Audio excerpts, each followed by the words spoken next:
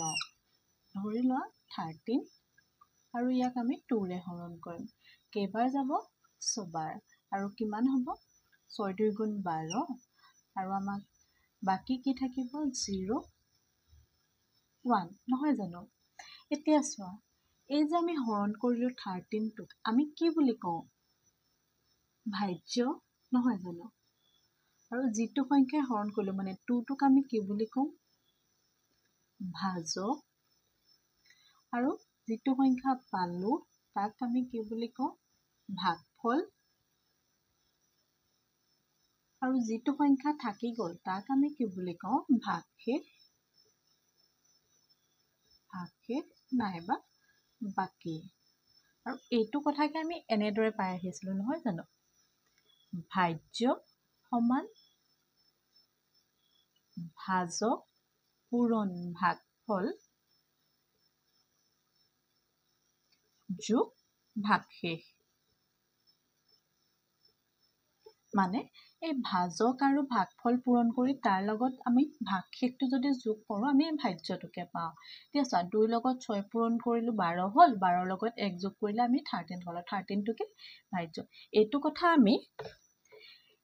সৰুৰে পৰা পাই আহিছো নহয় জানো গতিকে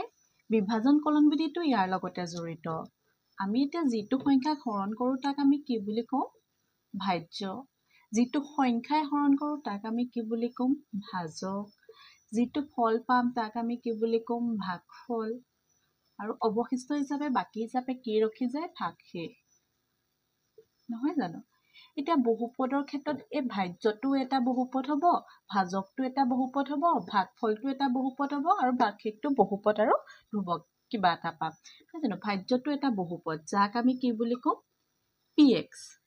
ভাজকটো এটা বহুপদ যাক আমি কি বুলি কওঁ gx ভাগফলটো এটা বহুপদ তাক আমি কি বুলি কওঁ qx আৰু ভাগশেষটো এটা বহুপদ তাক আমি কি বুলি কম rx হল এটুকু আমি কেনেকৈ পাৰো ভাজকটোক কি বুলি পাইছো px তাৰপা ভাজ্য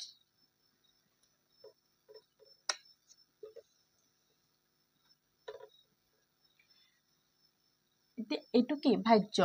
আমি কি পাইছিলো ভাজ্য সমান মানে px সমান ভাজক পূৰণ ভাগফল ইয়াত ভাজক কি gx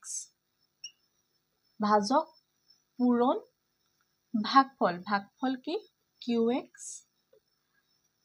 যোগ ভাগশেষ মানে যোগ